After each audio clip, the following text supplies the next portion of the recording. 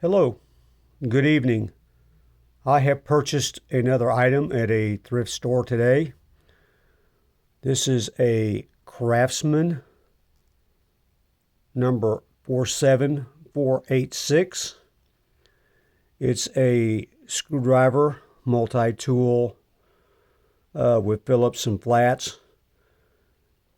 This end slides out and you can put more in it. The base here is plastic. The red cap is plastic and it twists around. If you open it here, you can slide out the other connectors or the other Phillips and flat screwdrivers. It goes in the head end right here. And it snaps back shut. So there's a good look at it. As I said, it's number 47486 Craftsman.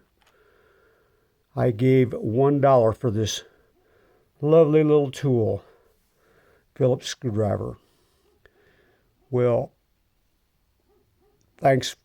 Give me a like, subscribe, and again, thanks for watching.